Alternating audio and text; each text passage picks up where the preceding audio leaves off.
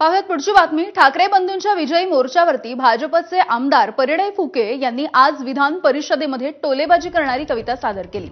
हिंदीचा GR रद्द केल्यामुळे ठाकरे बंधूंनी उद्या फडणवीसांची आभार सभाच घ्यायला हवी असंही फुके म्हणाले।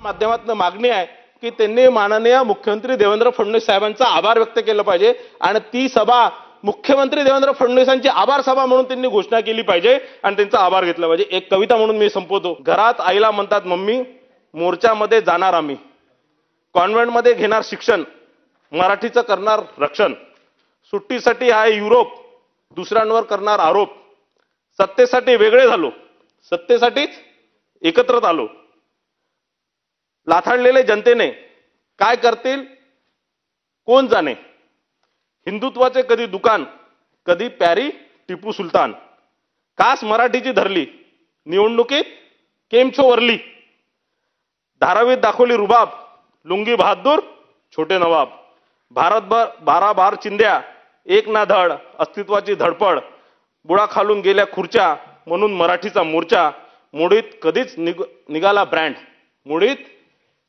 कधीच निघाला ब्रँड, सावभावाने वाजल्या बँड।